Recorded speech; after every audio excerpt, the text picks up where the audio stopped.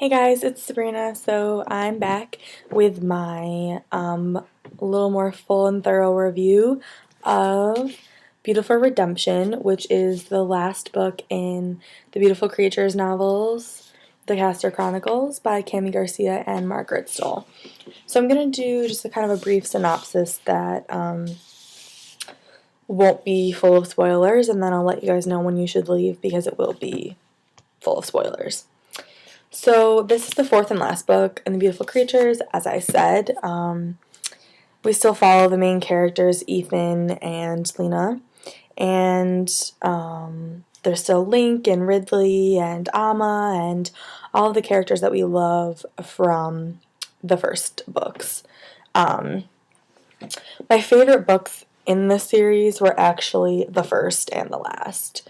I really liked how all of the books were in Ethan's point of view, and from his narration, but this book actually it was split into three parts. It was Ethan's point of view, Lena's point of view, and Ethan's point of view. And I really liked that because we've never really got to hear inside of Lena's head, so I really, really enjoyed that. I would give this book like a 4.5 out of 5 stars. I really, really enjoyed it.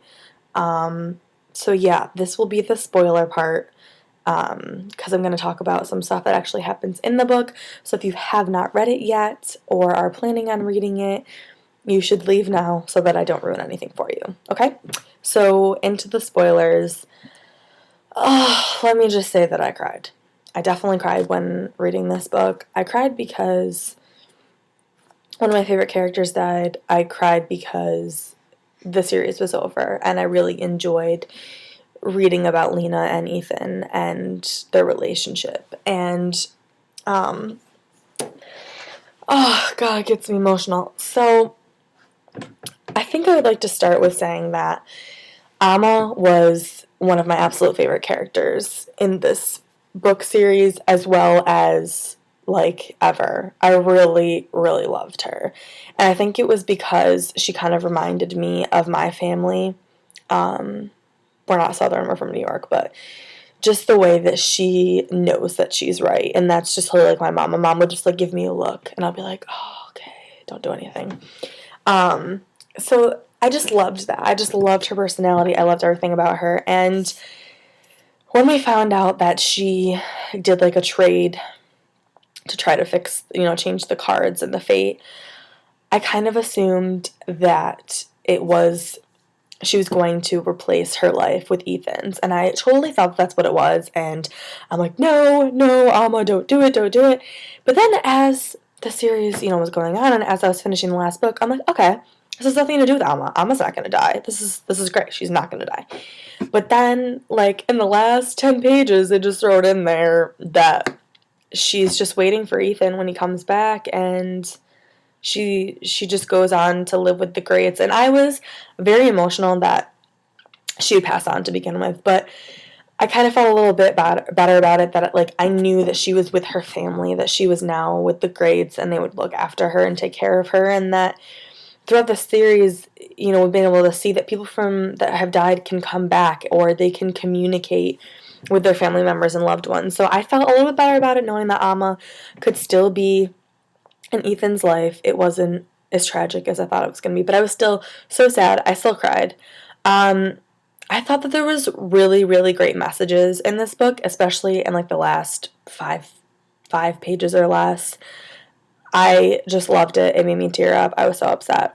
But it was so beautiful at the same time. I loved how after Ethan came back and fought his way through, which I'll get to, that him and Lena could like finally touch and like be together.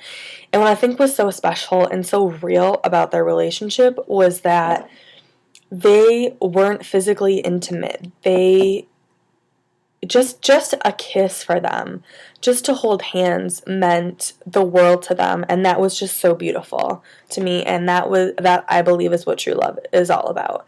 And they couldn't be physical with each other, and they couldn't do the things that they wanted to do, but in the end, like, they got that. And I think that was one of the best parts about the whole entire series, was that they were okay knowing with the fact that they may never be able to have children, or they may never be able to be intimate with each other, and they still loved each other anyways, and they still accepted that, and they still wanted to be together, and I think that was awesome. So let's start with where the book starts. So the book starts with right after Ethan jumps off the water tower. Sorry, my puppy's barking in the background. So Ethan jumps off the water tower because he is the one that is two, and he is trying to restore the order and the balance in the world to save everybody that he loves, which I think is so brave and heroic, and I love that about him. He's just such a good character, and he's such a good person, and he is what every guy should be in some ways. You know, he's not like an Edward Cullen where he's just hot and, you know, he's got this thing about him and he's mysterious. Ethan was real. He was like an everyday boy next door kind of guy, but there was so much more to him. And nowhere in this series did it once say that Ethan was a good-looking guy or he had a hot body or anything like that, but you still loved him anyways. And I just loved that about him. And I thought that was so awesome. The authors showed that you could just fall in love with someone's personality, and that could be enough. And I loved that. So Ethan wakes up and he is in the other worlds. He wakes up in his bed and he's like, what happened? Like, was this a dream? And then he realizes that his mom is there. And I loved that because I loved that they finally got to be together. So he got to hang out with his mom for a little bit. He got to see his Aunt Prue, which I love Aunt Prue. I just love the aunts, the sisters. They're so great. Sorry, I had to drink my iced coffee. Dunkin' Donuts. It's the way to go. Anyway, talking makes me parched sometimes. Also, I was just looking at this, and can we talk about how pretty these are? Not just that, but like, all my other ones are paperback. So I was just, taking off the dust jacket, and just look at how it's just simple black, but when you open it up, it's like that gorgeous green that's on the cover. I just love that. Okay, sorry for that side note. But Ethan wakes up, he sees his mom, he sees his Aunt Prue, and I love that no matter what, he tries to let his family, left behind, know that he's okay. And I love that he figures out that he can leave Lena and Amma messages, by moving things. Like with Lena, he moved the charm off of his grave. With Amma, he ate the cake that she baked for him. Well, he didn't eat it, but like he took a chunk out of it. And then he was like communicating to them through the crossword puzzles. I loved that. I thought that was so interesting. I thought that was such a good idea on the author's part to like incorporate the way that like he loved his people so much that he just tried his hardest to contact with them and let him know that he was okay. I loved reading about Ethan's battle and his journey through the other worlds, and all of the characters that he got to meet I thought were so awesome. I loved that Uncle Abner gave him the crow and he got to talk to the greats, and I just loved all of it. It was so special and it was so awesome. It was such a good idea. It was portrayed so nicely. I loved this book. Like I said, 4.5 out of 5 stars. It probably is like a 4.95 to be honest with you. The only reason why I have to say that it's not a complete 5 for me is that I think that some stuff just was too easy in a way. Like, he so quickly became friends with the River Master, and he became friends with Xavier, the gatekeeper. It was just like, I felt like it was just really too easy for him, and like Xavier came in to like save him, and then Seraphine like offered herself up. I just felt like he had to go through a lot, but there wasn't that many struggles, and I kind of felt like it maybe should have been a little harder. Maybe like there should have been some battle wounds or something. I don't know.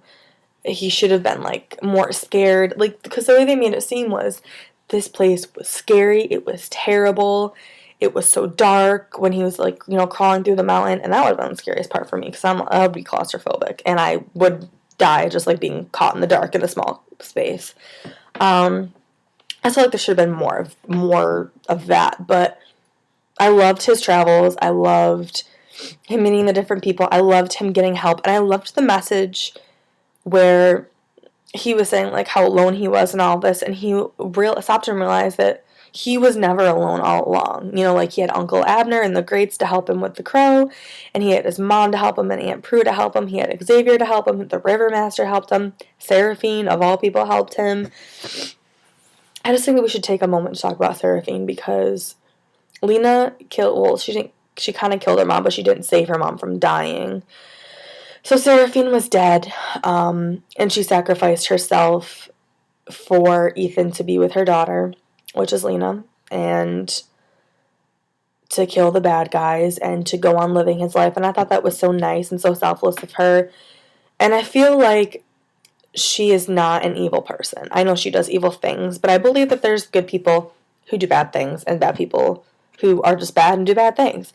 And I think that Seraphine was just caught up in what she was, and she was scared, and Abraham was there to comfort her and to make everything better.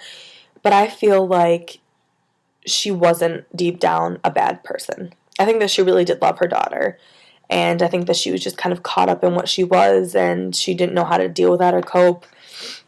But she sacrificed herself for her daughter, and I think that's something that the readers, like, realized, because she constantly was doing bad things. But to begin with, she went dark for her daughter to be able to have a choice.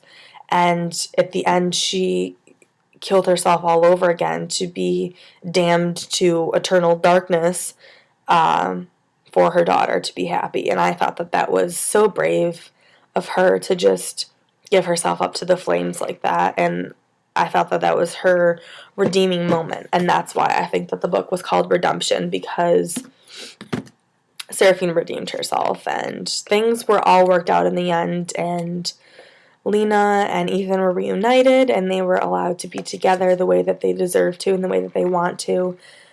I'm just really sad to see this series end, but I will read these series over and over again. I know that I will. I love them so much, and they're a breath of fresh air. They're not like anything that's out there. They have their own uniqueness about them, and I loved that.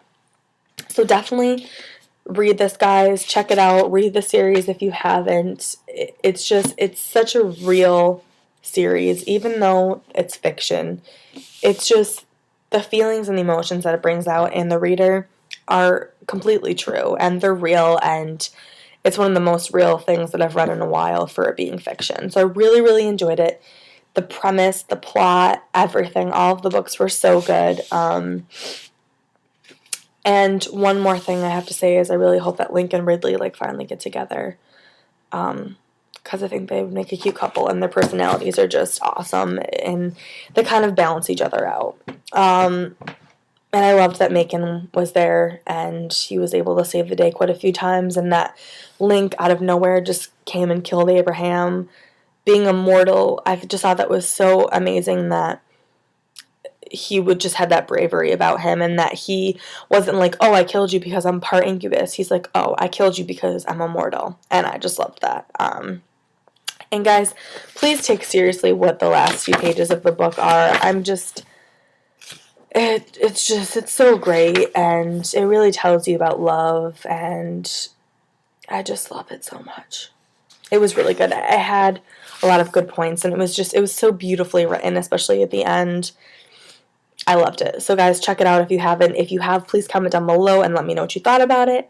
And I will see you guys in a little bit with a book haul. Some books just came in last night I'm really excited about. Alright, I'll see you later, guys. Bye.